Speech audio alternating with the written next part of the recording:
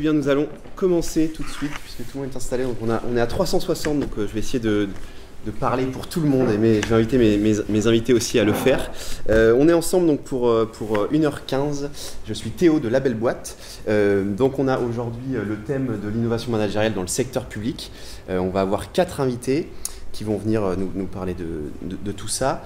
On va commencer, je vais appeler les 2 premiers, puisque on en a 4. Les 2 premiers, il n'y a pas Sabine Chauvelon aujourd'hui.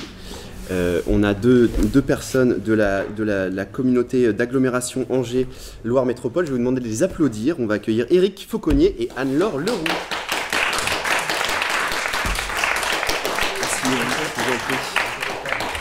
Prenez place. Donc c'est le premier bar au monde qui ne sert pas à boire. C'est regrettable. Pas à boire. Faites attention avec les... Voilà, faut pas trop reculer, sinon on peut tomber en arrière aussi. C'est très dangereux. Et donc merci d'être avec nous, Éric et Anne-Laure. Ouais, c'est pas facile de parler à tout le monde, il faut parler fort. D'accord. Et puis normalement ça devrait le faire. Donc vous venez nous parler d'un projet managérial, Oser manager autrement.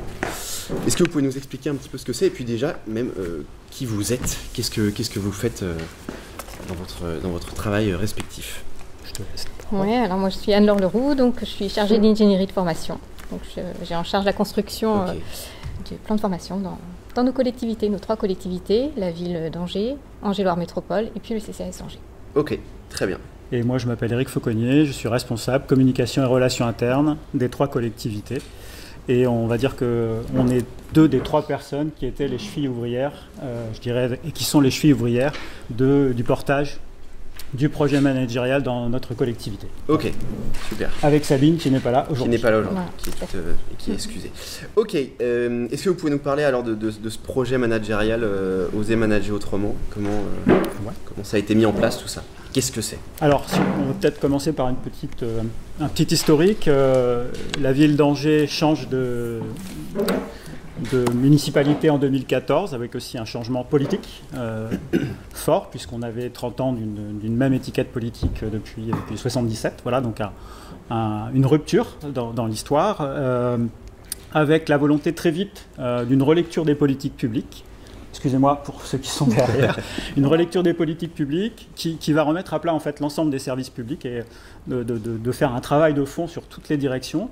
Et puis, vite adossé à cette relecture des politiques publiques, le souhait par un directeur général des services d'aller vers un nouveau projet managérial, un projet managérial qui va porter dès le début, ça c'est très important, en termes de retour d'expérience, vraiment être le sponsor de ce projet, l'animer et en être aussi, je dirais, le leader depuis 2016, puis même 2015, puisqu'on a commencé en 2015. Voilà. Et du coup, ça aide d'avoir en sponsor la direction qui nous pousse. C'est plus facile du coup à mettre tout ça en place? Certainement, oui, parce qu'en termes de portage, c'est une voix qui est entendue et ça permet d'avancer ensemble aussi tout au long de la démarche. Ok. Et du coup, alors, quelles ont été les étapes pour mettre en place tout ça? Alors, vous êtes parti d'une feuille blanche, vraiment? Quasiment. On a eu des cheveux blancs aussi pendant 2 ans et demi. On les a toujours. Hein. Ouais. Vous aviez moins de cheveux blancs avant, du coup? Ouais, c'est ça, on a quand même pris un coup de vie aussi. Non, simplement dire que ça se travaille au quotidien et qu'on a eu aussi une démarche empirique, à petits pas, pour avancer sur notre projet. On s'est appuyé sur différents temps forts, qu'on a des séminaires de cadres, des séminaires de directeurs de services.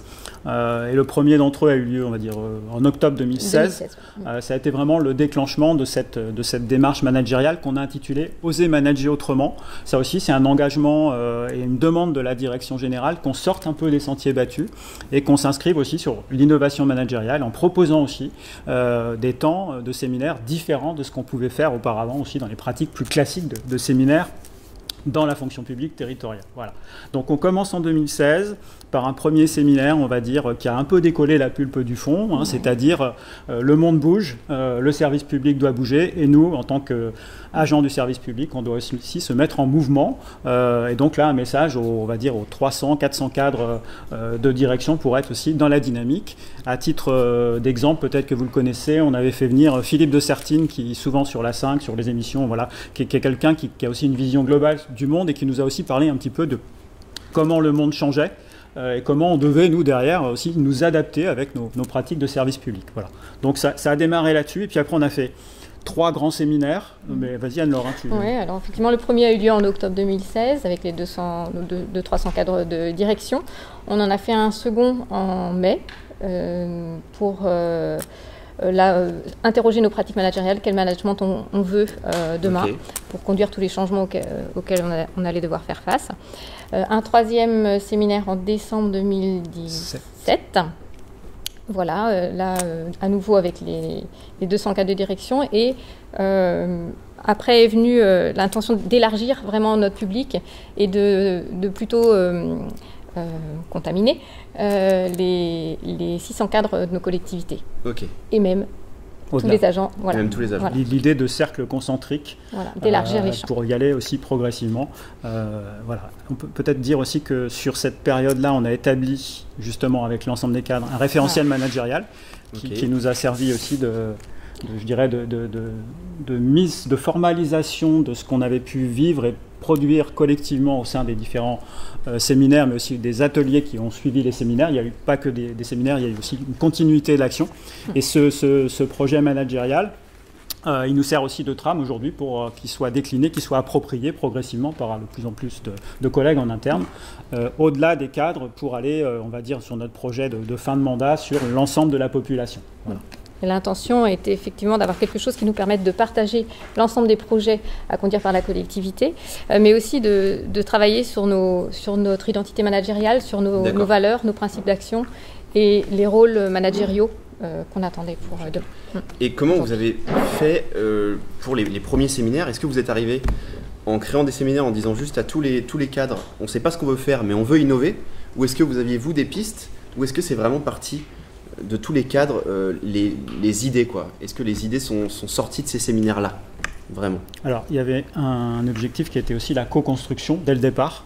Dans nos engagements collectifs, c'était qu'on ne faisait pas tout seul à 3-4 d'un service ressources, mais que vraiment on s'appuyait sur les envies, les compétences aussi et les savoirs des uns et des autres, et que dès le premier séminaire, il y a eu des ateliers qui étaient basés sur des innovations managériales, sur comment on peut faire autrement, plein de choses pratiques. C'était pas que de la théorie, et on a fait très attention à ça. C'est aussi peut-être un retour d'expérience à vous faire partager, c'est ne pas être hors sol, c'est-à-dire être en phase avec les attentes des managers qui sont parfois sur des attentes très terrain, comment je dois animer mon équipe, comment je dois mieux travailler. Concret, quoi. Ils veulent voilà. vraiment du concret. Donc on a fait attention à ça, à envoyer de la théorie, à faire venir des intervenants différents, et puis aussi à être dans le besoin concret des managers au quotidien sur le terrain. Et donc c'est comme ça que ça s'est construit finalement. À l'issue du premier séminaire, il y a eu des ateliers avec des groupes de travail sur des thématiques, et puis ensuite ça a enchaîné sur le deuxième séminaire, où on a fait aussi travailler ces ateliers pour préparer le deuxième séminaire. Et puis vous voyez, après ça prend avec une certaine dynamique collective, et le séminaire du printemps 2017 a été assez réussi, parce que justement, finalement, nous on n'a rien fait, c'est les autres qui ont fait, qui ont animé toute la journée, et dès le matin à 7h30, il y avait plein de gens qui étaient présents pour préparer la journée, et ça c'était un signal et un signe pour nous fort, en disant il s'était passé quelque chose sur ce deuxième séminaire, et puis sur le troisième aussi. Enfin, voilà, on a constitué quelque chose de dynamique, et puis ça perdure. On va peut-être après dire aussi quelles sont les difficultés de maintenir le soufflet au plus haut tout le temps, mais en tout cas voilà, il s'est passé quelque chose en interne, et je dirais que peut-être pour aller vers si on veut respecter notre temps de parole. Le temps fort, c'est notre semaine managériale qu'on a proposée en décembre 2018, où là on a osé une semaine complète autour de l'innovation managériale, avec, je dirais, un programme d'une semaine, avec plein d'offres, des ateliers courts, des conférences, enfin un peu ce que vous faites finalement ici sous une autre forme, avec des intervenants externes, mais aussi des intervenants internes qui ont valorisé les propres initiatives, projets internes aussi. L'idée, c'était vraiment de montrer qu'on était aussi, à Angers, on était bon, mais qu'on avait aussi besoin de s'améliorer dans certains domaines. Et puis, l'idée d'élargir le cercle, là, on parlait des 600 cadres, et là, sur cette semaine-là, on a aussi ouvert certains ateliers. On a par exemple créé 4 séances de défis autour de l'innovation du service public sur des thématiques qu'on a identifiées aussi en co-construction interne. Et là, on a fait participer des agents de catégorie C dans différents domaines pour que les groupes soient aussi représentatifs de notre collectivité. Et ça a été une très très belle réussite. On a eu à peu près 1000 participations sur la semaine. semaine, avec une majorité de cadres, bien sûr, mais aussi près de 300-400 collègues de catégorie C qui sont venus à certains moments sur cette semaine. Voilà. Ok. Et du coup, vous parliez de la méthode des petits pas, dans le sens où il faut du concret, etc. Ouais. Alors, qu'est-ce qui ressort de tout ça? Quelles ont été les innovations pour les managers concrètes, pour eux, qui sont ressorties de tous ces séminaires, de toute cette semaine que vous avez organisée? Alors voilà, c'était en décembre dernier, donc c'est relativement récent. Donc il y a des choses, voilà, il y a des choses qui se mettent en place progressivement. Ce qu'on peut constater comme effet des différents séminaires, c'est nous on fait des petits pas, mais tous les managers font des petits pas. Donc il y a des petites choses qui changent en termes d'animation de réunion, en termes d'utilisation de nouveaux outils, en termes de mobilisation des équipes pour co-construire un certain nombre de projets de service. Voilà, il y a des choses quand même qui se mettent en place. Ok. Est-ce que vous avez des exemples concrets ou pas encore? Ou est-ce que c'est vraiment comme... Par exemple, on a une collègue qui est responsable de service qui va animer sa réunion hebdo. Bon, d'abord, elle fait une réunion hebdo avec son équipe, c'est le premier point. Okay. Et ensuite, elle utilise la facilitation graphique, qui n'était pas du tout un outil qu'elle connaissait auparavant. Elle a eu une initiation, elle a eu une formation, et depuis, elle anime et sa réunion et son compte-rendu de réunion avec une équipe qui adhère, bien entendu. Ça ne marche pas que dans un sens, hein, c'est aussi partager des nouveaux supports. Voilà, elle anime, c'est une collègue qui est au CCS, hein, pour ne pas la citer, et qui bosse avec son équipe une fois par semaine avec un compte rendu, voilà, et quelque chose de très carré, mais en même temps sous une forme innovante. Et ça, elle a intégré ça au cours alors c'est très concret, mais en même temps c'est pratique et pour elle ça marche. Voilà. Ok. Un exemple parmi d'autres. Alors du coup, pour reprendre un peu la base, c'était quoi le contexte de votre organisation avant 2014 et avant de mettre tout ça? Est-ce qu'il y avait quand même des petites innovations par-ci par-là, ou est-ce que vraiment on n'en parlait pas du tout et c'est vraiment en 2014 qu'il y a eu ce gros changement, puis en 2016, etc. Alors, on fait tous les deux partie des gens qui étaient là avant, donc on ne va pas renier notre passé, parce qu'on bossait bien aussi avant, enfin je veux dire, voilà, c'est aussi une réalité. Il y a eu une commande forte. Je pense qu'on l'a ressenti comme vraiment, peut-être la question du sponsoring ou du portage par la direction générale s'est affirmée, ce qu'on n'avait pas forcément avant. Voilà, c'est peut-être la nuance, elle est peut-être là-dessus. Bien sûr qu'avant, on avait des domaines d'excellence, on a eu des prix nationaux dans certains domaines, voilà. Mais là, il y a eu un impact et une impulsion qu'on n'avait pas ressenti, je pense, auparavant, de cette puissance-là et de cette envie d'y aller collectivement avec ce portage DG vraiment très, très fort. Ouais. Et cette prise de conscience qu'effectivement, tout bougeait et tout allait aller vite et qu'on avait besoin non plus de travailler peut-être un peu comme avant, un peu en silo parfois, c'était un petit travers qui pouvait être là, et de voir la nécessité qu'effectivement il fallait travailler en transversal et donc travailler ensemble et développer les pratiques collaboratives. Ouais. Et vous avez senti de l'engouement en fait, enfin, c'est ce qui ressort un peu de... Alors l'engouement c'est peut-être exagéré, voilà. En tout cas une adhésion de la plupart de nos cadres à ce projet. Et puis comme disait Anne-Laure, le fait est qu'on sait bien qu'on a besoin de changer collectivement, que ce n'est pas qu'une impulsion qui vient du haut en disant il faut changer. Non, on sait bien que voilà, la société change, l'environnement change et que ça va très très vite. Et que finalement, le changement permanent, on le vit aussi tous les jours. Voilà, donc c'est comment nous, en tant que cadres territoriaux dans tout ça, on se dote des bons outils pour, je dirais, accompagner ce changement et puis le faire de façon la plus humaine possible en accompagnant nos équipes. C'était aussi un challenge qu'on a toujours, hein, c'est pas fini bien entendu, et on est là-dessus. Et c'est pour ça que je faisais le lien entre le concret du terrain, du manager qui a son équipe, et puis un peu de théorie managériale qui fait aussi du bien à tout le monde de temps en temps pour élever le débat, quoi. Voilà. D'accord, ouais, ok. On va accueillir notre troisième invité qui va venir s'inviter à notre comptoir, à notre Rex. C'est la directrice générale adjointe de la ville de Nantes et de Nantes Métropole. Je vous demande de l'applaudir, Flore Talouerne. Même chose, attention à ne pas trop reculer avec le siège. Ce sera un café crème, s'il vous plaît. Oui, et voilà, ce sera un café crème imaginaire, mais vous pouvez le boire, il est très bon. Donc toi, Flore, tu viens nous parler de toute cette démarche d'innovation aussi qui se passe à la ville de Nantes et sur la métropole. Et quand on préparait cette Rex, tu me parlais d'innovation participative. Donc est-ce que tu peux nous en dire un petit peu plus? Ouais. Alors, il y a des similitudes avec l'expérience angevine. Ils ont copié sur Nantes, Angers? Mais comme tout le monde, en fait. Hein, vous allez voir Lille après, c'est pareil. Lille, c'est encore pire. On verra. En fait, s'il vous plaît. En fait, effectivement, c'est aussi à l'occasion du nouveau mandat hein, que nous, on a été... il y a eu une commande du politique de nous dire mettez quelque chose en œuvre en termes d'innovation interne. Il n'y avait rien sur ce plan-là à l'époque. Et donc, moi, je me suis saisie de cette opportunité par curiosité, par appétence, hein, donc, mais il n'y avait rien, quoi. C'est-à-dire que c'était pour le coup la feuille blanche, totalement blanche, pas le début d'un euro de budget, pas le début d'un ETP ou d'un demi-ETP pour faire quoi que ce soit. Donc c'était assez vertigineux au départ. Voilà.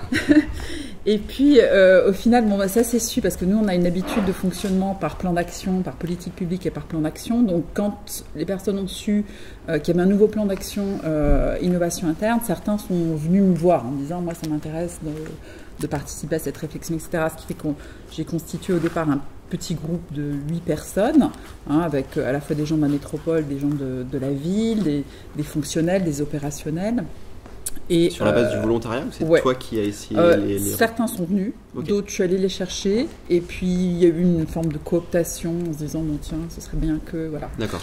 Et on est parti là-dessus, on a fait très vite, on a associé aussi un certain nombre de collègues à l'occasion de 2 séminaires pour construire ce qu'on voulait en faire. On s'est très vite dit, bon, bah, l'innovation chez nous, c'est quelque chose de très... un concept, on va le prendre dans son acception la plus large, c'est-à-dire qu'on n'a pas dit on ne va pas attendre des révolutions technologiques, mais on veut aussi des petites idées qui vont améliorer une manière de travailler, etc. C'est de l'innovation managériale, mais pas que. Hein, c'est vraiment, ça peut être aussi de l'innovation servicielle.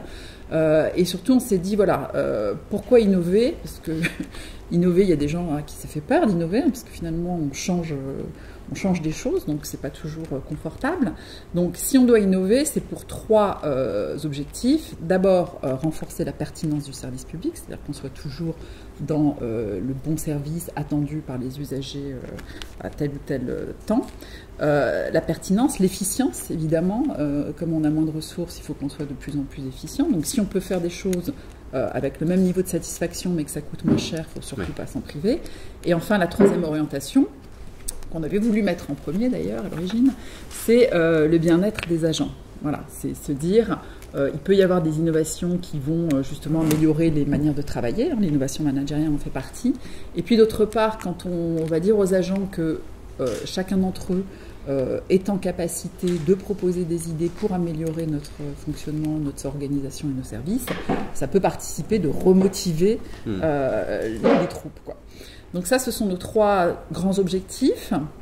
Et puis, on a aussi un objectif socle qui est d'accroître la culture de l'innovation et de la créativité dans nos 2 maisons. Parce que, bah voilà, dans le secteur public, on n'a pas forcément cette culture-là. Je disais quand on a préparé le REX que qui dit innovation dit prise de risque, forcément. Et dans les collectivités locales, c'est vrai que la culture du risque, on ne l'a pas forcément. Nous, il faut que ça marche, il faut qu'on soit sûr que ça marche, parce qu'au bout, il y a des usagers qui attendent un certain niveau de prestation, etc., et qu'on ne peut pas se permettre de se planter, quoi. Donc c'est vrai qu'arriver dans une administration en silo, très hiérarchique, etc., pas trop de prise de risque, etc., dire bon, on va faire de l'innovation interne, c'est un petit peu compliqué. Donc la culture de l'innovation, on y consacre beaucoup, beaucoup de temps, comme vous le faites, c'est-à-dire qu'on organise des conférences, des ateliers, des séances de sensibilisation, etc., pour montrer aux gens comment on peut travailler différemment, réfléchir différemment. Donc on a effectivement plein de gens qui sont mis à la facilitation graphique, mais aussi plein de managers qui aujourd'hui animent leurs réunions différemment, en utilisant des outils qu'on met à leur disposition, salles de créativité, etc. Et on entretient ça vraiment au fil de l'eau, ça monte même en puissance en fait, hein. C'est vraiment quelque chose qui monte en puissance. On participe chaque année à la semaine de l'innovation publique et on organise du coup, ça va être la 3e année au mois de novembre là, un peu une fabrique du changement, mais pareil, en interne. Alors là, pour le coup, nous, c'est complètement interne quasiment. C'est-à-dire que là, cette année, il y aura 85 ateliers, je crois. Sur les 85 ateliers, 80 sont proposés et réalisés par des collègues. Et on fait appel à peine 5% d'externes.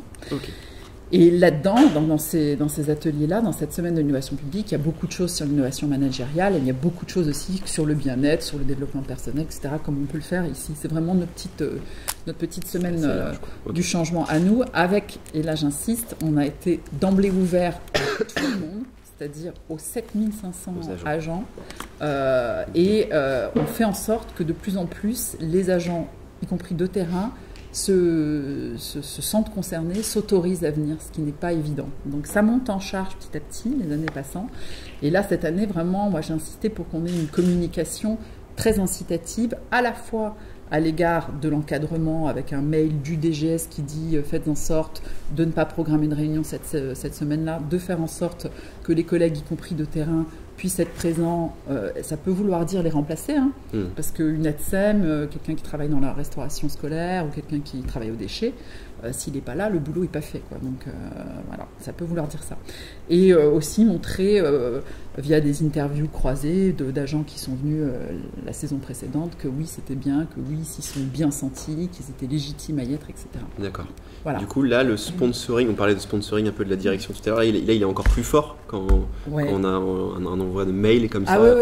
Oui, parce que tout le monde a pris conscience au sein de la direction générale que c'était un vrai succès, que c'était important.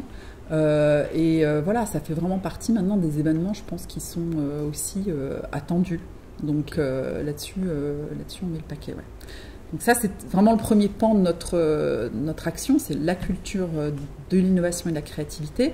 Mais on a aussi choisi à l'époque de mettre en place une démarche d'innovation participative. On s'est dit, si on fait de l'innovation interne, forcément, c'est de l'innovation participative du début à la fin. C'est-à-dire qu'il faut que tous les agents se sentent concernés et puissent déposer leurs idées, qu'il n'y ait pas des sachants qui disent ça c'est une bonne idée, ça c'est une mauvaise idée, mais que ce soit là encore des agents qui le disent.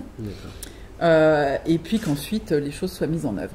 Toutefois, pour mouiller là encore la direction générale, à un moment donné dans la chaîne d'instruction des idées, il y a un passage où les porteurs d'idées viennent devant la direction générale exposer leurs idées. Ils ont déjà passé un certain nombre d'étapes avant. D'accord. Et là, quand ils arrivent dans la direction générale, en règle générale, dit oui, effectivement, il faut y aller. Et il y en a un d'entre nous qui se porte sponsor de l'idée et qui dit je ferai en sorte d'emmener cette idée jusqu'à sa réalisation. C'est vraiment l'idée, c'était là que la démarche d'innovation participative soit là encore reconnue par la direction générale, que ce soit valorisant, parce qu'un agent qui a déposé un jour une idée et qui, 3 ou 4 mois après, se retrouve devant le CODIR à présenter cette idée, pour lui, c'est un peu flippant, mais quand même valorisant. Et surtout, de dire, bah voilà, chacun d'entre nous doit se mouiller à un moment donné. Et c'est assez sympa, parce qu'il y a des idées où parfois, les gens se battraient presque pour dire, ah oui, celle-ci, moi je la veux, quoi. Une fois, j'ai en tête une idée qui était vraiment superbe. Et à la fois ma collègue directrice générale à la culture et mon collègue de l'espace public voulaient s'approprier. Non, disons, l'emmener au bout, quoi. Ouais. Et au final, cette idée n'aura pas de mise en œuvre concrète parce qu'en réalité, il s'est avéré que c'était beaucoup plus compliqué qu'on imaginait. Et voilà, c'était une belle idée, mais... sur le papier, quoi. Sur papier, ouais. En vrai, c'était pas si génial que ça. Quelles sont les idées qui ont été au bout ? Est-ce qu'il y a des choses concrètes on a des choses qui sont de nature très diverse. Hein. On a des choses qui paraissent toutes simples. Par exemple, le collègue qui travaille dans le développement économique et qui rencontre beaucoup d'entreprises tous les jours et puis qui explique que à chaque fois, on lui donne une carte de visite et que de plus en plus, les entreprises ont un QR code. C'est super pratique parce qu'il flash et hop, il a les coordonnées de son interlocuteur qui rentrent directement dans le smartphone. Donc il dit, mais moi j'aimerais bien aussi avoir mon QR code. Donc évidemment, idée hyper simple, a priori pas coûteuse, allons-y, quoi. Donc elle a été très vite validée. Après, ce qui a été compliqué, c'est moi qui devais être sponsor, je crois, c'est de faire en sorte que les services qui s'occupent de nos cartes de visite veuillent bien intégrer ce changement. Oui. Et là, ça a été épique quand même. Hein. Il a fallu vraiment se battre pour qu'in fine, ils arrivent à dire, bon, ok, on va le faire. Et ça, pourquoi c'est juste parce que le changement fait peur un changement d'habitude, parce que c'est un service qui ne fait pas que ça, et je pense que les cartes de visite, c'est vraiment le cadet de leurs soucis, quoi. C'est vraiment le truc qu'ils font parce qu'ils sont obligés de le faire, mais c'est peut-être pas très valorisant comme tâche. Et bon, se dire, allez, on va changer pour ça, bof, quoi. Ouais. Voilà, donc il nous disait, c'est pas possible techniquement, etc. etc. Et heureusement, j'avais avec moi un collègue qui est dans la démarche depuis l'origine et qui est un vrai geek et qui a fait, bon bah si, vous voyez, là c'est possible, avec tel machin, tel... Et du coup, vous avez été où? On est allé au bout, mais ça n'a pas été simple. Donc ça, c'est une petite anecdote.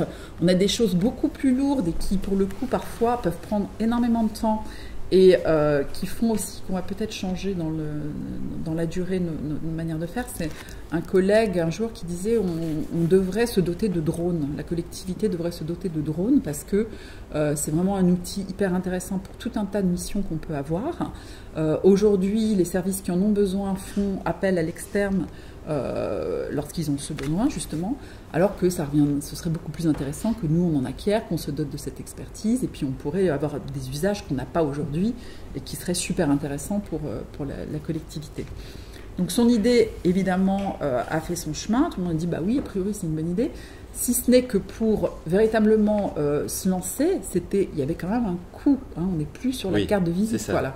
Là, ça veut dire des acquisitions, des collègues qui, du coup, se forment à ça, donc ça devient objectif, etc. Donc, il a fallu qu'il instruise son idée, et ça a été long. Et là, pour le coup, ça nous interroge. Donc, in fine, son idée est validée par la direction générale et on devrait la mettre en œuvre.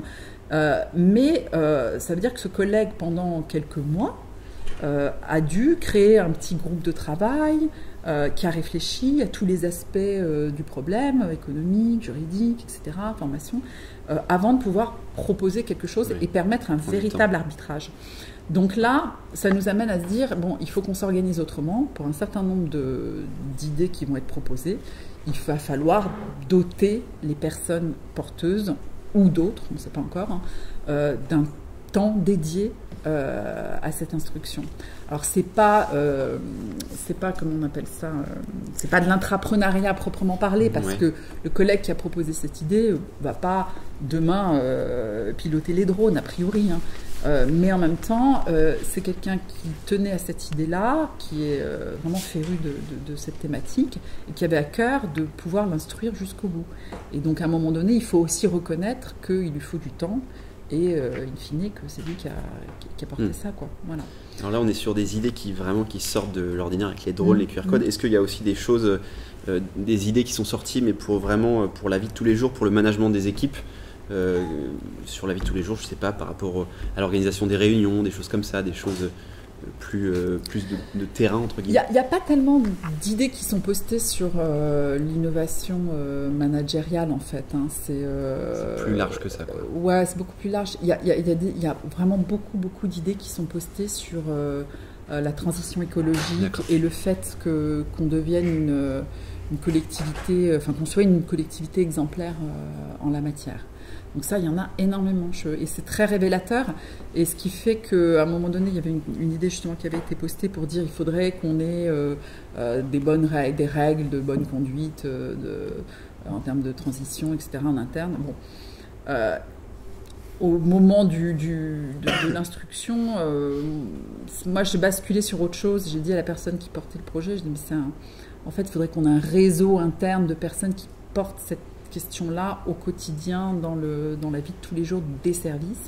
Donc on a fini par mettre ça en place, ça s'appelle le réseau des éco-activateurs. Et de fait, ça répond à une vraie attente. On a plein de collègues qui portent cette question-là et pour qui il y a des choses que l'on fait qui sont aberrantes, quoi.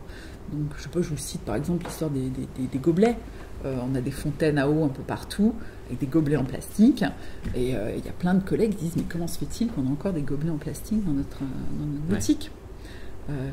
Voilà. Et donc, une des premières actions de ce réseau, ça a été de dire, on arrête avec les gobelets en plastique, quoi. Donc là, de fait, déjà à la mairie, il n'y a plus un seul gobelet en plastique. Très bien. Et ça va suivre ensuite à peu près dans tous les sites. Et plein d'idées comme ça. Voilà. Donc au quotidien, ça va vraiment changer quelque chose. Et ce qui est sympa dans ces démarches-là, c'est quand finalement il se passe des trucs qu'on n'avait pas anticipés. Moi, ce que j'ai en particulier apprécié, c'est le jour où on a mis en place le forum de l'innovation où les gens déposaient leurs idées. C'est que ça, comme c'est un forum, on peut commenter, voilà. Et ça a créé des discussions. Donc il y a un fil il y a l'idée, puis après il y a le fil de discussion des personnes qui commentent l'idée, qui disent ah mais oui, mais ça pourrait être bien, et tu pourrais en plus imaginer que, etc., etc. Comme j'ai aussi en responsabilité la communication interne, en communication interne, on laisse évidemment la possibilité aux gens de s'exprimer, par exemple sur l'intranet, dès qu'il y a un article qui est posté, les gens peuvent commenter. Personne ne commente. Personne ne commente jamais rien, quasiment.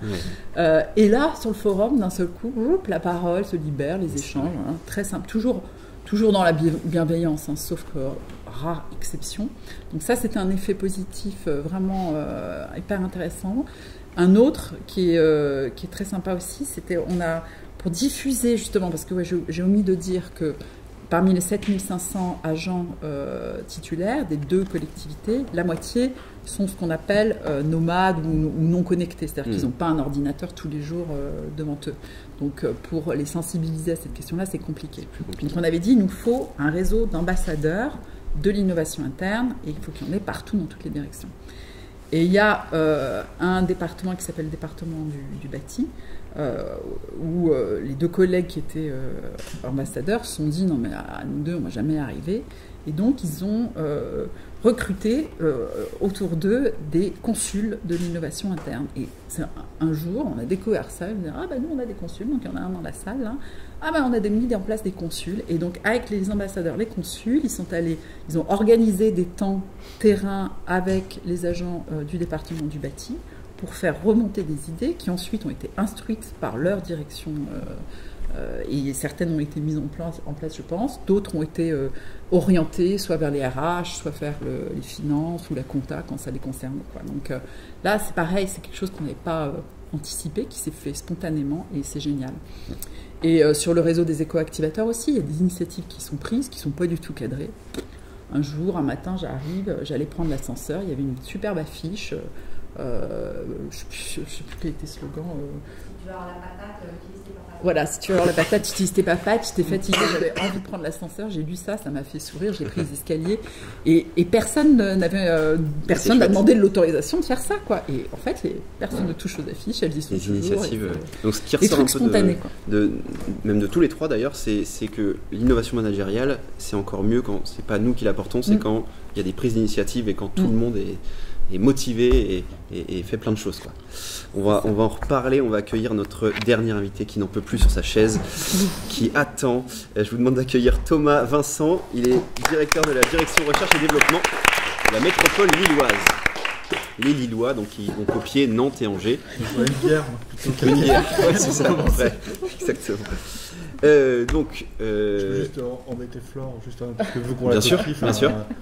On a un collègue qui a le permis pour le drone et tout. On peut échanger les. On va te piquer celui-là. Du coup, toi, Thomas, c'est un peu pareil. Au début du dernier mandat, vous avez vraiment, c'est même encore plus loin, vous avez créé une direction qui a été autorisée entre guillemets à se questionner sur tout. C'est un peu ça, non? Ouais, moi je suis directeur recherche et développement, donc j'ai une petite direction de cette personne, et vraiment le but au début c'était de se dire faire en sorte que des personnes aient le temps de se poser des questions sur cette évolution de nos pratiques en lien avec l'évolution de la société, etc., et comment on peut, qu'est-ce qu'on doit faire, sur quoi on doit réfléchir, travailler pour évoluer dans nos façons de faire. Direction qui fait partie d'un pôle très transversal, et notre direction sœur, c'est la direction ancienne communication interne, qui aujourd'hui s'appelle culture interne et managériale. C'est-à-dire que je ne suis pas en portage direct de l'innovation managériale, on est bien plutôt dans le côté culture interne et managériale. Alors ça fait un peu des liens par rapport à ce qu'on a entendu, mais avec cette direction sœur, vraiment pour se dire sur quoi on peut aller chercher, travailler. Voilà. Direction qui après a quand même quelques politiques ou quelques stratégies en portage direct, parce que c'est toujours compliqué quand on crée comme ça une équipe qui arrive. Alors vous imaginez, ils ne servent à rien, eux ils ne travaillent pas, il n'y a rien à faire. Enfin, clairement, on a vraiment eu tous ces messages-là au début, enfin, c'est ressenti. Donc on avait quand même certaines politiques à porter. L'open data par exemple, la responsabilité sociale, toute la démarche de responsabilité sociale intégrant l'égalité femmes-hommes. On a traduit après, on est parti aussi avec un champ d'émission sur l'incubation, ça rejoint un peu les questions de boîte à idées, etc. Qu'on a un peu fait développer, qu'on a déployé plutôt sur l'intelligence collective. Donc de nous-mêmes, on a évolué après sur c'est quoi ce que les sujets qui nous paraissaient justement intéressants, donc intelligence collective, aujourd'hui qu'on est en train de faire grandir en design des politiques publiques, puisque l'intelligence collective est vraiment une partie du design des politiques publiques, et donc on a voilà, donc dans l'équipe, moi j'ai un chargé de mission design des politiques publiques, chargé de mission responsabilité, chargé de mission open data, et des chargés de mission transversaux, qui justement étaient des personnes sans thème au départ, avec vraiment une autoroute. Sur quoi on va. C'est super compliqué. Hein. C'est des personnes qui arrivent en disant mais je travaille sur quoi Mais est-ce que c'était dans leur fiche de poste ou dans ta fiche de poste dès le départ le côté justement open data, des choses comme ça, ou est-ce que vous êtes parti d'une feuille blanche pareil et vous avez dit qu'est-ce qu'on peut faire Non, l'open data, la responsabilité sociale, ça on l'avait vraiment intégré dès le départ. Parce que, alors l'open data, on était une collectivité plutôt en retard. Et vraiment on avait voulu dans ce mandat avancer, rattraper, et on est fait partie, on a bien avancé. Et la responsabilité sociale, vraiment dans cette logique de dire c'est vraiment un sujet très transversal, et l'égalité femmes aussi, et souvent trop vu sous un angle RH et trop vu sous un angle employeur, et au bout du compte comment on peut essayer d'ouvrir ce champ-là aussi dans nos politiques publiques et sur le territoire. Donc ça nous permettait de porter des démarches vraiment à la fois en tant qu'employeur responsable, et en tant que comment on peut faire en sorte de faire nos politiques publiques de manière encore plus responsable, comment on peut intégrer la question de l'égalité femmes dans nos politiques publiques aussi. Bon, tout n'est pas encore réussi. Alors là du coup vous avez une vraie équipe qui est en place du coup comme tu le disais. On parlait tout à l'heure d'innovation participative, est-ce que chez vous aussi quand même on peut, les agents, les cadres aussi, est-ce qu'ils peuvent mettre des choses en place, est-ce qu'il y a des choses comme ça?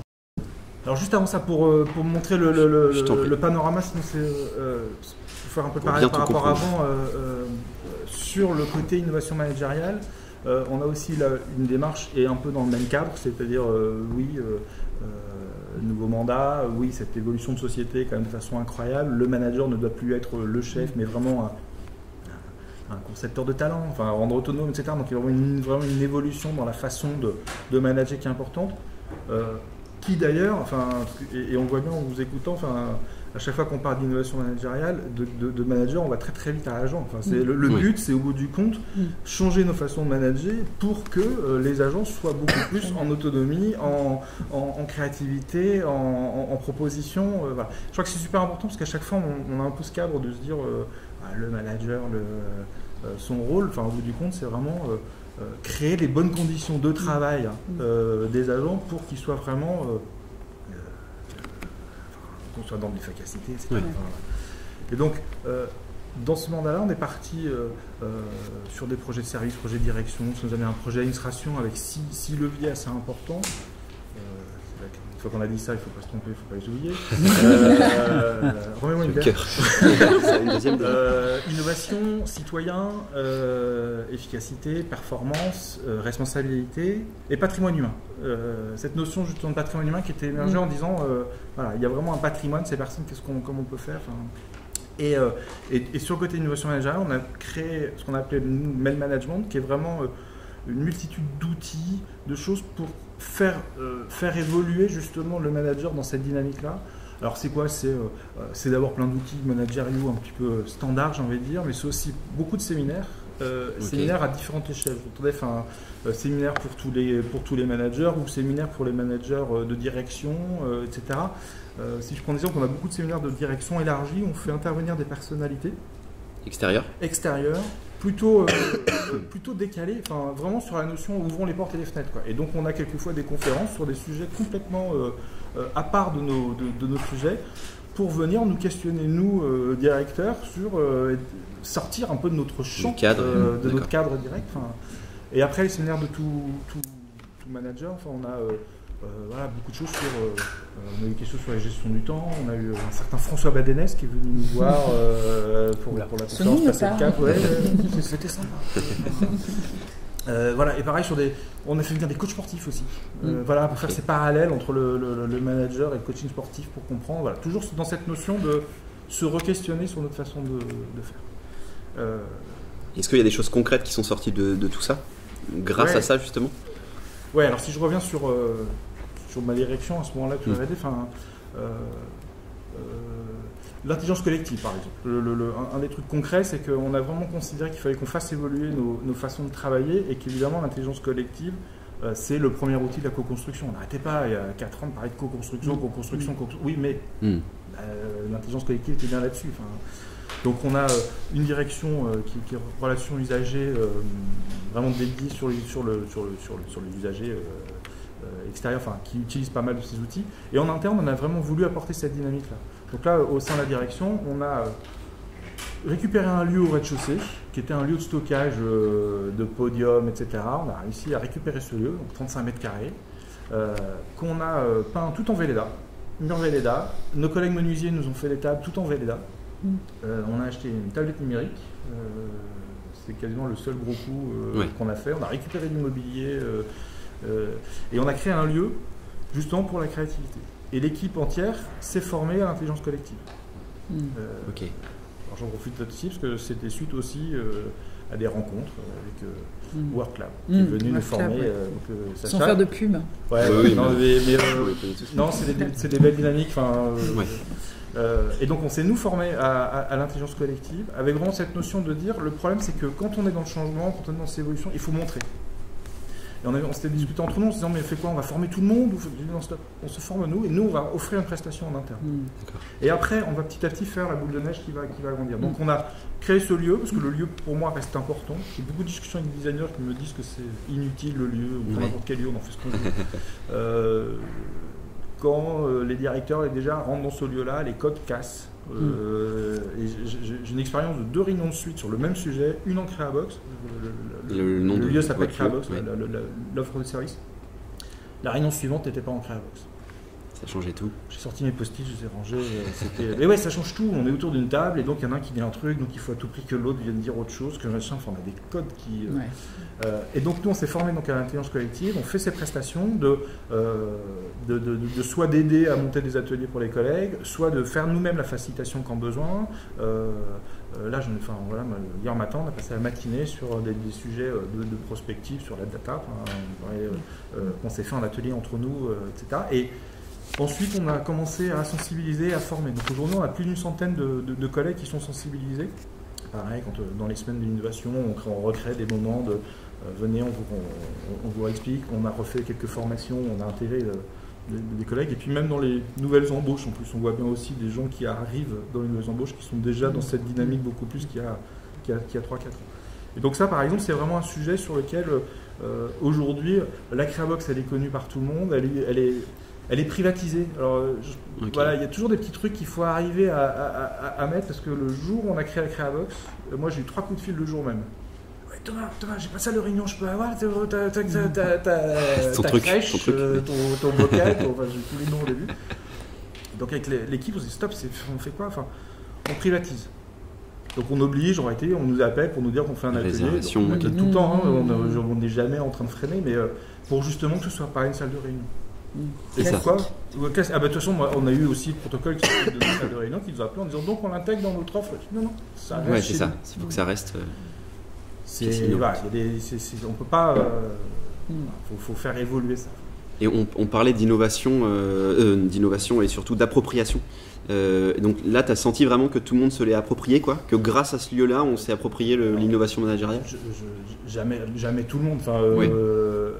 Mais aujourd'hui, on est plutôt assez content parce que globalement, elle est utilisée à quasiment 2 tiers de temps.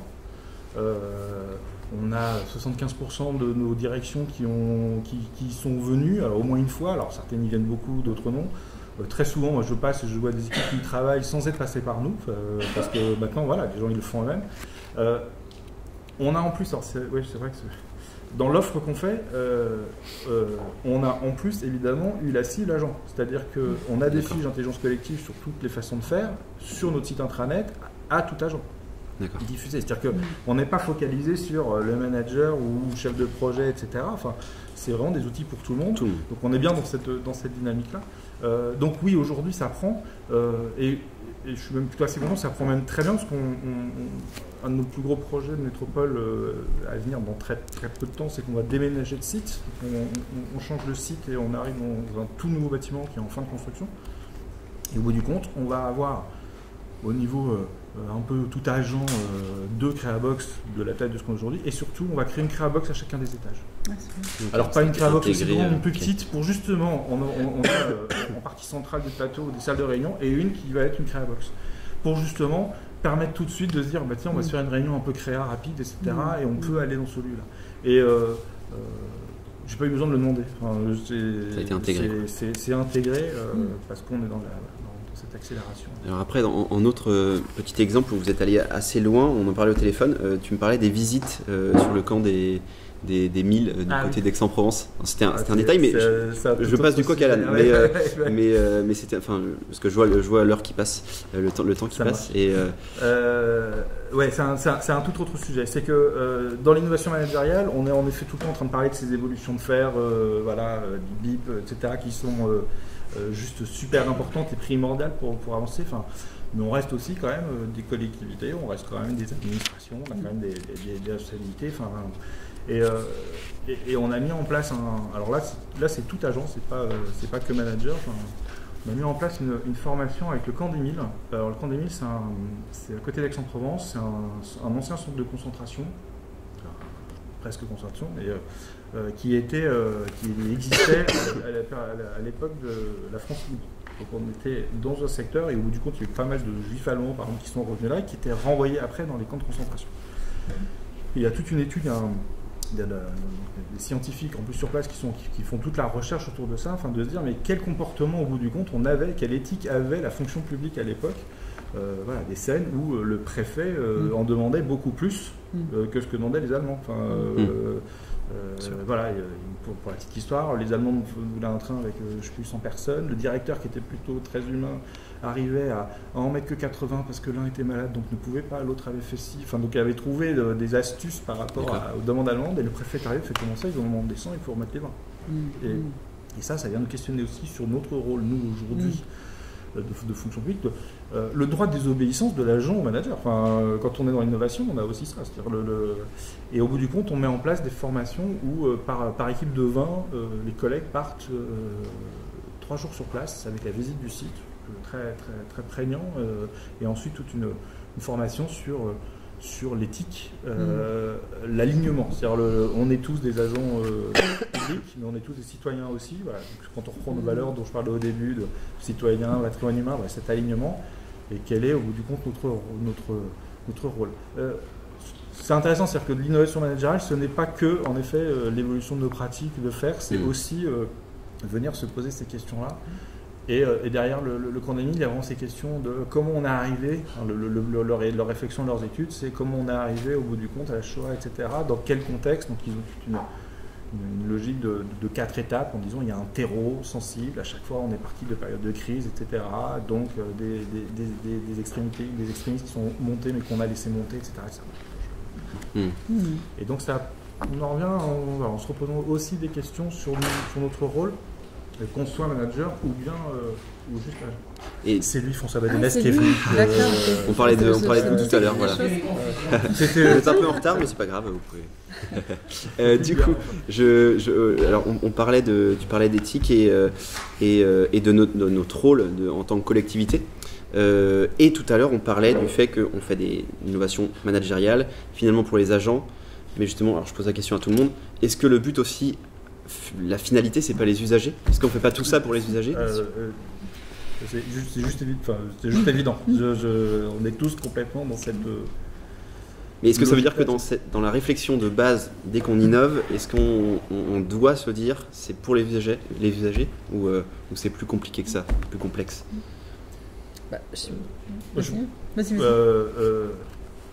C'est d'abord tout ce qu'on fait et pour l'usager. Donc on innove ou qu'on n'innove pas. Après, on ne regarde plus du tout l'usager comme on pouvait le regarder il y a 10 ans. C'était plutôt un utilisateur, j'ai envie de dire, et aujourd'hui vraiment c'est une partie prenante. Alors on parle des design, design des politiques publiques qui sont complètement dans cette dynamique-là. Nous, on est en pleine phase de fin de transfo aussi avec la 27e région, qui est un sujet aussi intéressant en termes d'innovation globale. Comment intégrer justement le design des politiques publiques dans nos méthodes de travail, comment faire. Mais c'est quelque chose qui doit complètement rentrer dans notre ADN, avec cette difficulté permanente que la place justement de l'usager, elle évolue complètement, Voilà. Et on en parlait juste aussi avant, maintenant il y a la place d'usager, puis il y a aussi la place de l'ensemble de tous ces nouveaux services qui arrivent, qui justement sont des acteurs nouveaux, qui eux sont directement en relation avec l'usager. Où avant, nous, on avait cette relation avec des gros opérateurs, et en gros, je tire le fil un peu fort, mais on choisissait pour, et aujourd'hui, on ne doit plus choisir, et on doit même travailler avec des partenaires qui arrivent, qui sont des porteurs aussi de services publics, avec qui on doit trouver des partenariats. Et donc, on doit innover dans une façon. Par exemple, sur la question de l'innovation, elle passe aussi par l'usager, et on se développe beaucoup les budgets participatifs en ce moment, et on voit la formidable créativité des usagers qui viennent aussi eux-mêmes créer ou proposer des services, qui soient des petits ou des grands services publics, mais en tout cas, c'est quelque chose qui marche formidablement bien, qui impacte aussi nos services, parce que du coup, l'idée, elle ne vient pas des services, et ça modifie aussi le rapport au portage de projets. Ça, on le vit tous. Mais en même temps, ça rajeunit aussi, parce que le regard de l'usager n'est pas forcément le même au même moment que celui des techniciens, des élus, et on a cette troisième voie qui, je pense, à Nantes, à Lille et à Angers, se développe énormément, avec beaucoup de succès.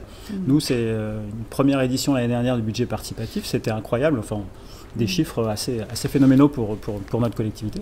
Et ça aussi, on parlait de design de service public, mais c'est aussi comment l'usager, même si on ne le sollicite pas, finalement, il va prendre sa place dans le service public, et comment il peut le faire aussi évoluer à son niveau. C'est super intéressant aussi en termes de démocratie, puisque là on touche à des mots, démocratie participative, démocratie locale, où on donne une vraie place à l'usager, dans un cadre bien défini, bien sûr, avec un budget, une enveloppe dédiée, etc. Ok. Alors là, on était sur le positif depuis le début. J'ai envie d'aller un peu dans le négatif, ou en tout cas, de savoir. C'est pour la ville de Nantes. Quels sont les freins? En fait, je vous entends tous parler de. Tu le disais tout à l'heure, Thomas, qu'est-ce que vous faites? On peut avoir ces retours-là. On a souvent aussi le frein, c'est nous, on n'a pas le temps de faire ça. Voilà. Est-ce que c'est des freins qui existent? Est-ce que tout ça, c'est réel? Et comment on fait pour dépasser tout ça? Je pense qu'on l'a tous vécu. Oui, quand on arrive en disant on va parler innovation, on va parler créativité, innovation managériale, etc. Il y a de l'enthousiasme, je dirais même qu'il y a majoritairement de l'enthousiasme, surtout quand on y goûte. En règle générale, les personnes qui ont une expérience après en redemandent. En revanche, il y a toujours effectivement des gens qu'il faudra convaincre encore. Alors, parfois, on peut faire ça, mais quand c'est effectivement dans le top management, c'est gênant parce que ça bloque, quoi. Donc il faut faire preuve de vraiment, je dirais, d'acharnement ou de pugnacité, mais en tout cas, c'est vrai que j'ai plein d'exemples pour lesquels il a fallu qu'on se batte, mais vraiment, je dirais, je parle de ta box créative, c'est ça? Créabox. Nous, on a notre salle de créativité. Je raconte souvent qu'effectivement, il m'a fallu 9 mois pour obtenir un arbitrage favorable pour la mettre en place. 9 mois, ça m'a paru une éternité, et je me suis jamais découragée, mais une fois qu'elle a fait la preuve de son efficacité, il m'a fallu 30 secondes pour obtenir la deuxième. Donc voilà. C'est une barrière à casser la première fois, en fait, finalement. Mais j'ai toujours eu, j'ai longtemps eu des retours du style attention, est-ce que c'est pas une démarche qui est un peu hors sol, est-ce que c'est pas un gadget, est-ce que ceci, est-ce que cela. Et je pense qu'effectivement, il faut vraiment faire la preuve. Là, on est dans la période tous plutôt de bilan de mandat. Et donc, on a fait récemment le bilan de l'innovation, et en particulier l'innovation interne. Et les retours sont positifs, donc y compris du Codige. Donc, mais c'est vraiment, il faut y croire, quoi. Il faut vraiment y croire, et surtout ne pas se décourager. Évidemment, complètement. Dans l'innovation, il y a une chose qui est difficile, c'est qu'on peut prouver en le faisant. Et donc, quand on a une idée, etc., et même nous, quand on a des idées au départ, on n'est pas non plus complètement convaincus, etc. Et donc, un des trucs les plus difficiles, c'est d'arriver à faire pour justement prouver. Très bon exemple, une fois que ça existe, boum, ça marche, et derrière, on déploie. Et ça, c'est un premier frein. un autre frein, alors plutôt côté pas managérial obligatoirement, mais tout agent, enfin, on en parlait une fois, enfin, c'est l'empowerment. J'écoutais Flore sur les projets, enfin, des idées de projets, des machins, les collègues en ont, et après, quand on a envie de leur dire, mais vas-y, on va t'accompagner, on dit, ah oui, mais tu crois que, ah oui, mais voilà, enfin, pareil, quand on est.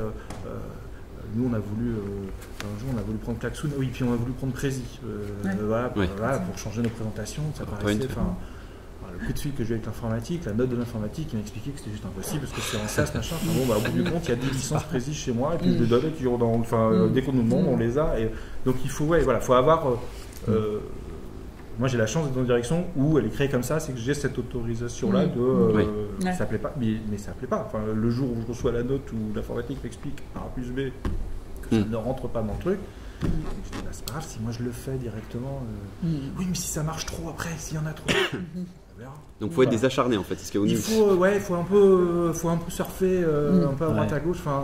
On parlait simplement, c'était pour faire le lien, on parlait de prendre son bâton de pèlerin aussi et d'aller vendre notre sauce entre guillemets auprès des services, que ce soit de l'innovation ou de l'offre de formation managériale, etc. On sent bien que c'est ce qu'on incarne aussi en tant que porteur des projets qui va faire peut-être le petit déclic ou la différence.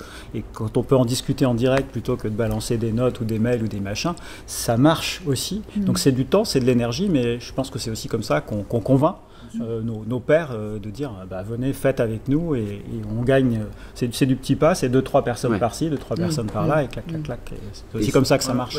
Et un gros frein aussi des managers, c'est tous ces collègues managers qui pensent au bout du compte qu'ils innovent déjà. Un jour on avait fait un séminaire sur le travail collaboratif, genre je vais à une pause, les 3 collègues directeurs me font ça qui perpète quoi. Connaître le direction, on peut toujours s'améliorer. C'est autant collaboratif que ça. Voilà, et donc l'ouverture d'esprit, elle n'est pas forcément là où on pense qu'elle est. C'est aussi le top management, c'est pas forcément celui qui est le plus exemplaire. Non. Et c'est pas forcément sur celui sur lequel il faut s'appuyer pour faire déclencher les choses. Et si aujourd'hui, on imagine que dans la salle il y a des gens d'une commune, ils n'ont rien mis en place encore. Si vous deviez refaire ça dans une autre collectivité aujourd'hui, qu'est-ce que vous changeriez? C'est quoi les choses à changer? Qu'est-ce qu'on doit faire quand on commence? Ça fait peur. Le côté, ce que nous on appelle atterrissage chez nous, donc la direction R&D, le but pour nous c'est trouver un sujet, le faire émerger, le prototyper, le tester, et puis après il y a le passé. Et donc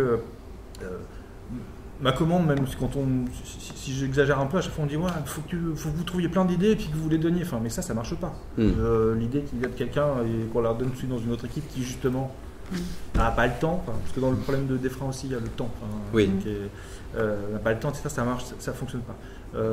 Moi, ce que je réalise par rapport à la direction qui a 4 ans, c'est qu'on n'a pas été assez bon dans ce côté atterrissage, dans ce côté repasser le bébé. Et parce que pour le repasser, excuse-moi cette expression, elle est pas propre. C'est pour ça qu'on prend le terme d'atterrissage. On parlait de hors-sol tout à l'heure. Il faut embarquer des équipes au plus tôt. Donc les identifier au plus tôt. Et ça, c'est pas facile parce que justement, elles sont pas encore avec ce sujet-là. C'est vraiment des trucs sur lesquels nous, en tout cas, on va vraiment travailler. On a de nouveaux sujets émergents sur lesquels on va travailler. On veut vraiment embarquer le plus vite possible les futures directions porteuses. Le design, on va créer un lab de design de petits publics, justement, va nous aider justement à faire cette accélération pour que ces directions soient le plus vite impliquées. Donc du coup, c'est impliquer tout le monde. Du coup, les agents, il faut absolument les impliquer. C'est ce qu'on peut retenir un peu. Je pense qu'il faut déjà aussi, peut-être dans les conditions, c'est effectivement une commande qui vienne d'en haut, vraiment. Parce que si c'est quelqu'un qui décrète dans un service, tiens, je vais faire de l'innovation, je pense que ça ne peut pas trop marcher.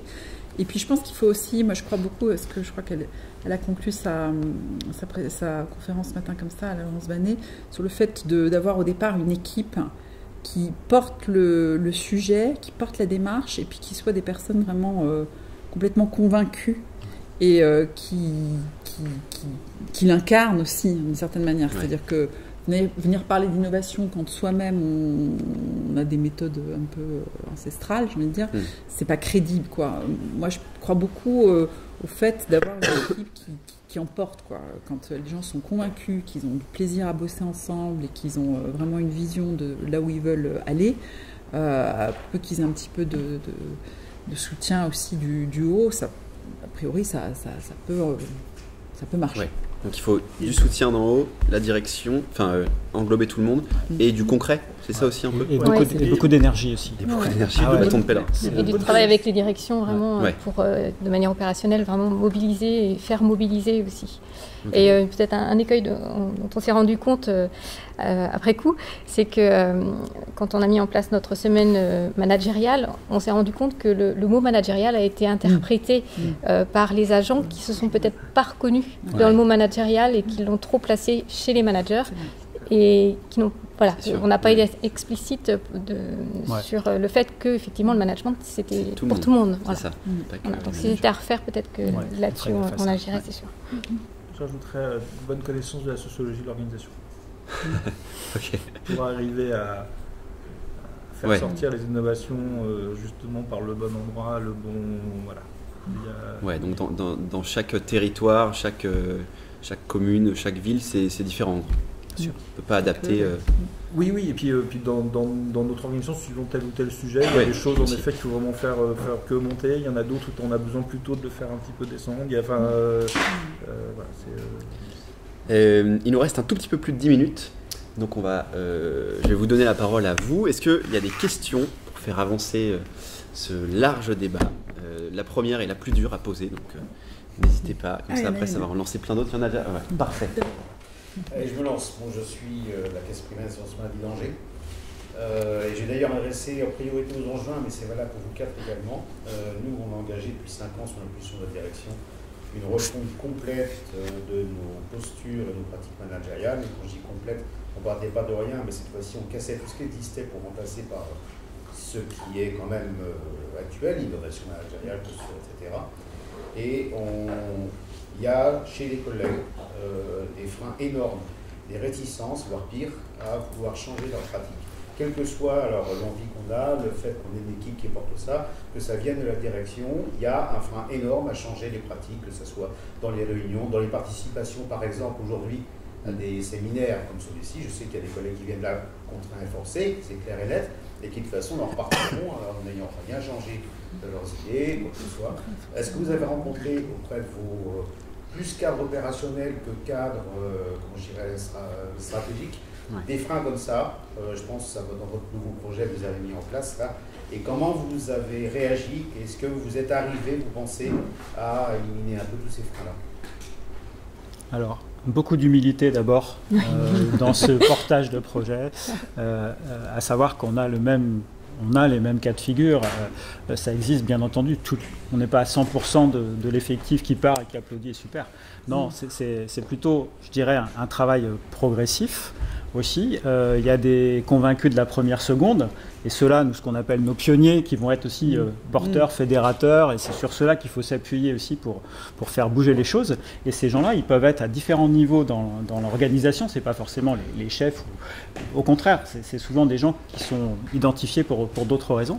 Et petit à petit, on gagne, on convainc. Je me souviens d'un collègue qui, à l'issue de la semaine, n'avait participé à rien. Et par les échos qu'il en a eu des autres, il nous a envoyé un mail à tous les trois avec Sabine en nous disant je regrette de ne pas être venu parce que finalement ce qu'on m'en a dit et ce qui s'est passé pendant cette semaine, c'était pas ce que j'imaginais. À quelqu'un qui avait de l'amertume, qui n'était pas bien dans son poste, etc.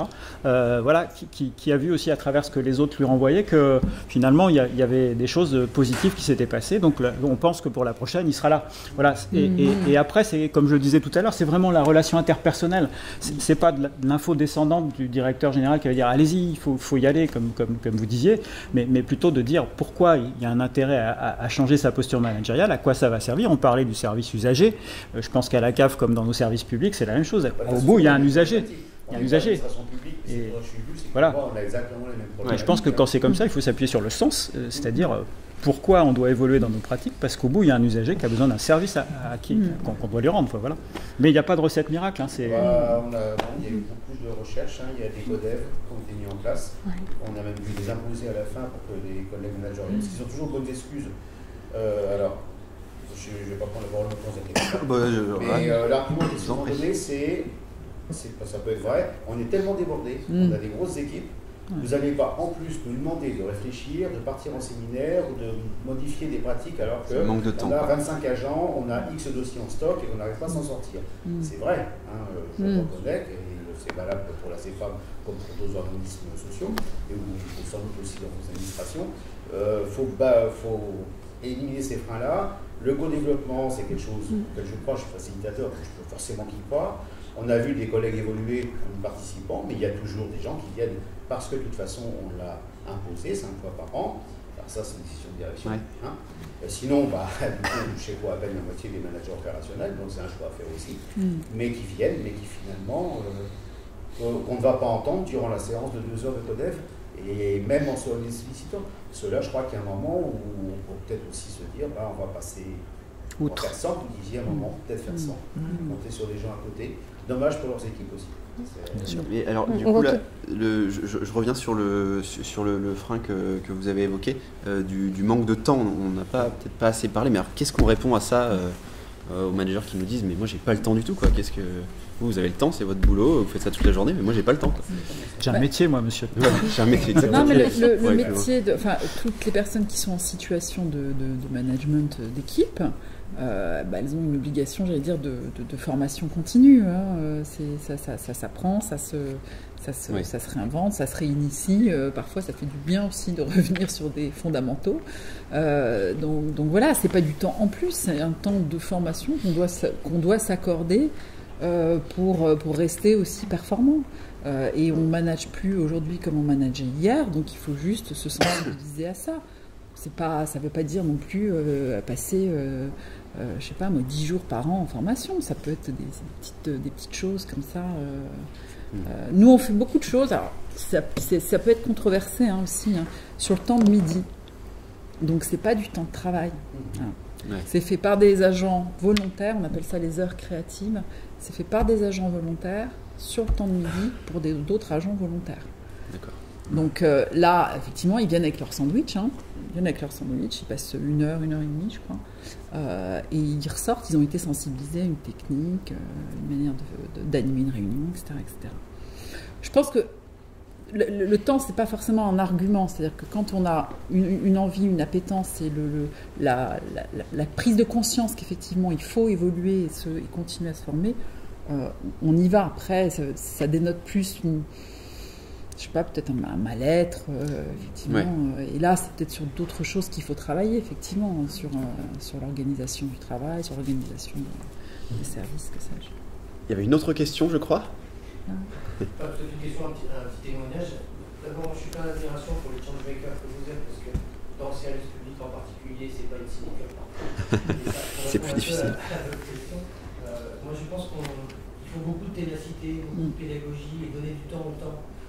Il n'y aura pas de grand soir à la conduite du changement, ça n'existe pas. Donc bien sûr qu'on est résistance, moi ça fait 15 ans que je fais ce métier, je peux dire j'en ai bouffé de la résistance, quand on parlait d'entreprise collaborative il y a 10 ans, on était un peu là ça va un peu mieux, la prise de conscience est là, mais ça prend encore du temps. Par contre je pense que dans le public en particulier, on perd beaucoup trop d'énergie à essayer de convaincre les hyper résistants, au détriment des gens qui ont envie d'y aller, qui ne disent pas grand chose, mais qui n'ont qu'une envie, c'est qu'il y ait des changemakers et suffisamment d'actions, de formation, d'occasions comme ça. On peut réussir à ne pas être content de vivre un séminaire machin, mais t'en as aussi qui seront de toute façon jamais contents. Donc c'est ce que j'appelle moi les jamais contents. Je vais laisser le vieux con. Et de grâce, ne perdez pas trop d'énergie à essayer de convaincre ces 10%, c'est la statistique, c'est 10% d'assistants. 20-30% de gens qui ont envie d'y aller et qui attendent des signaux positifs et notamment aussi un soutien fort et sensible et symbolique des équipes de direction. Et puis le reste, 70%, qui attendent de compter un peu les points, de voir où ça va, et puis qui se posent légitimement des questions. Pourquoi faut-il donner du sens au changement? Donc voilà, perdez pas trop de temps en tout cas, soyez tenaces et puis pédagogue, et puis c'est par l'exemple, par l'expérience, par l'expérimentation aussi qu'on marque des points. une fois qu'ils ont vécu des temps collectifs un peu différents, il n'y a pas de retour en arrière. C'est-à-dire fini de s'emmerder en réunion, fini. Et le gros paradoxe, et ça je l'entends moi particulièrement en France, le côté j'ai pas le temps, je suis débordé, c'est plus possible. Moi j'ai plus facilement rendez-vous avec un commissaire européen danois qu'avec un sous-fifre du département, on explique quand même. Je cite le département comme n'importe quelle collectivité, mais on s'implique beaucoup en France, et c'est vrai de toutes les grosses structures publiques comme privées, derrière le côté j'ai pas le temps. Mais on prend pas le temps par contre de se remettre pour travailler. Donc ténacité, et bravo, et surtout, voilà, vous laissez pas détoxifier aussi des hyper résistants, parce qu'ils avanceront quand ils pourront, mais on ne peut pas embarquer tout le monde en même temps. C'est en tout cas moi une petite leçon que j'ai tirée des accompagnements récents et plus anciens. Merci pour tout ça. Il y avait une autre question quelque part? J'ai une question. Merci pour le témoignage. Benjamin Hillard, je suis chez Arbus. Je suis venu volontairement dans votre atelier parce que c'est intéressant. Vous savez que ça va être très différent chez vous. Et en fait, pas du tout. Dans le positif, dans le négatif, d'accord, dans les difficultés. Dans la volonté de changer, je pense qu'on se retrouve beaucoup. Il y a juste un point sur lequel je veux me questionner, c'est sur ce qui permet de choisir le fait qu'un sujet soit bon ou pas bon. Je prends par exemple chez nous, on a une logique de rentabilité, évident, instructeur en retraite concurrentiel, mais aussi des aspects clients. Et on retombe très souvent dans une logique justement de retour sur investissement. Combien ça coûte, combien ça gagne, combien de temps, etc. C'est vrai que sur cette année, parce que sur 50 000 personnes, vous imaginez que ça remonte. Et ça fait beaucoup de frustrer. On essaie de se battre contre ça, on met beaucoup d'énergie, beaucoup de convictions, comme vous l'avez bien décrit, mais au-delà de ça, il y a des logiques derrière qui sont. Donc ma question est simple, c'est comment vous tranchez sur ces sujets-là. J'imagine que c'est pas simple, parce que vous avez un client qui est citoyen. Alors, j'ai malheureusement pas trop le problème de budget, dans le sens où j'en ai très peu. Moi, ça règle. Il devient un sujet pas mal ces temps-ci, parce que je vis d'autant plus en rigolant, parce que quand on arrive à faire émerger de nouvelles choses, qu'on arrive à les créer, un moment après elles existent, donc elles coûtent, et je peux plutôt en fonctionnement et au continu. Je prends le pot de data, il n'y avait rien au début. Au début on a un petit site, et puis il grandit, maintenant il est mature, et il me greffe pas mal de mon budget. Donc les belles idées, c'est celles qui coûtent pas cher. Après, je suis beaucoup tourné dans la direction, au bout du compte, on s'est beaucoup tourné d'abord sur l'interne. On a moins réussi à faire des choses sur les politiques publiques que ce qu'on voulait. Alors oui, l'interne, toujours dédié usager après, parce que tous les collègues sont toujours dans cette dynamique-là. Mais on a quand même beaucoup fait là-dessus. On a une multitude de petites actions qu'on a faites, qu'on n'a pas pris. On avait fait un truc qui s'appelait un VDM, c'est-à-dire qu'on avait pris un isoloir, qu'on avait mis à la sortie de la cantine, on avait permis à tout le monde de venir écrire c'est VDM. C'est vide merde. C'est vide merde. Okay. Et clairement de dire dites-nous ce qui vous gonfle vraiment aujourd'hui, etc. C'est anonyme, etc. Donc on a récupéré quelques trucs. Ça n'a pas autant marché que ça, parce que vraiment il y avait je fais un parallèle d'ailleurs, parce que on est une direction très transversale, donc au niveau de la direction générale, donc on a un bon sponsor, on a une bonne impulsion, mais on peut aussi être pris à l'inverse, comme donc ils vont nous fliquer, donc machin. Donc il y a aussi la personne qu'on est, ou l'équipe, etc., de bien être en capacité de faire des choses de ce genre-là. Donc ça, par exemple, ça n'a pas marché, donc des actions comme ça, on en a fait. En revanche, là, on en a une autre actuellement qui commence à prendre, et là, c'est compliqué, parce que la première fois, il y a peu de monde, la deuxième, un peu plus. Et qu'est-ce qu'on fait? On se fait des matinales pitch, on prend un matin, et on va dans la cafette, parce on avait une cafette avant, qu'on a toujours, mais qu'on ouvre maintenant toute la journée, qui devient donc un lieu de travail, de réunion, etc., ce qui ne se faisait pas du tout avant, et ça, aujourd'hui, c'est notre lieu. Un matin, on se prend dans la cafette, on fait venir plein de collègues qui viennent pitcher leur projet en live pour partager. La première fois, il y avait 10-12 personnes autour de la table, dont 5-6 copains. Et la deuxième fois un peu plus, et la fois dernière, on est monté à 40 ou 45 personnes et on n'avait pas appelé les copains. Voilà, donc c'est en train de prendre. Et ça rejoint ce qu'on disait juste avant. En fait, il faut le faire, même si et en fait ça prend de l'ampleur petit à petit. Il y a ça aussi, quoi. C'est la vraie question derrière. Le pitch au début. Vas-y, juste peut-être un petit peu l'exemple du drone. Ça me parle un peu forcément. Qu'est-ce qui va faire qu'une DG chez vous va dire oui ou non, quoi. Va dire oui, on investit 300 000 € sur le drone. Moi, je peux répondre, parce que le drone, effectivement, en plus, c'était un cas nantais, mais nous, on avait nos 3 orientations. On avait dit l'innovation interne, ça doit servir la pertinence du service public, son efficience et ou le bien-être des agents. Donc, nos 3 critères de jugement des idées au départ, ce sont ceux-là. Hein. Il y a un premier filtre qui est, est-ce que c'est conforme à notre projet d'administration ou notre projet politique? S'il y a une idée qui est postée qui ne correspond pas à ce qu'on porte en termes de valeurs, etc., déjà, c'est premier, ça sort, d'emblée. Après, il y a ces 3 trucs-là, efficience, pertinence, etc. Et ensuite, on a regardé aussi si ça touchait beaucoup de monde et si c'était facile à mettre en œuvre. Et ensuite, comme notre système était un petit peu lourd quand même, quand on voyait des idées postées sur le forum et qu'on voyait qu'elles étaient de grand bon sens et qu'elles ne demandaient pas grand-chose pour être mises en œuvre, on les mettait, mais direct, sans aucune validation préalable de qui que ce soit, quoi, si ce n'est la nôtre. Mais voilà, je pense qu'il faut que ça serve quelque chose. C'est normal que chez Airbus, vous ayez une nécessité de retour sur investissement, mais nous, quand on parle d'efficience du service public, c'est pareil. Hein. Nous, le drone, c'est une idée qui a été émergée de la direction SIG.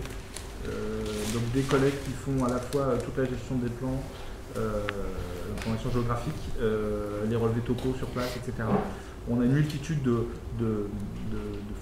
photos aériennes dans l'histoire, et on a aussi eu dans le temps pas mal de campagnes photo via avion, donc quand cette idée a émergé, elle venait vraiment plutôt du métier, donc elle était assez vite acceptée et comprise.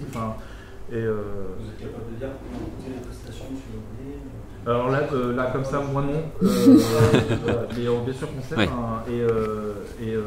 Et surtout de tout ce qu'on peut en faire derrière. Moi aujourd'hui, je vais parler du nouveau siège. Évidemment, le drone, il va au-dessus du chantier tous les 15 jours se faire un passage normé, exactement. Donc on a un SketchUp qui nous remonte exactement étape par étape comment ça avance. Voilà, donc on est vraiment derrière sur des sujets de com aussi derrière et de projets qui donc vont nous aider aussi dans notre accompagnement au changement, dans nos évolutions. Tout ça se rapporte. Et surtout, on a plein de projets de territoire, donc on construit aussi plein de choses partout. Donc on peut venir dans reprendre des photos de tous ces sites. Et on a aussi 59 sites sur le territoire. Donc c'est aussi une façon d'aller regarder comment la pré-maintenance aussi. Voilà. Mais c'est clair que c'est quand même un peu du pressenti au départ. C'est pas de l'activité. Ouais. Très bien. Merci beaucoup. Merci. Le temps est imparti. Donc je vous remercie à tous d'être venus ici. Et à bientôt. Merci beaucoup.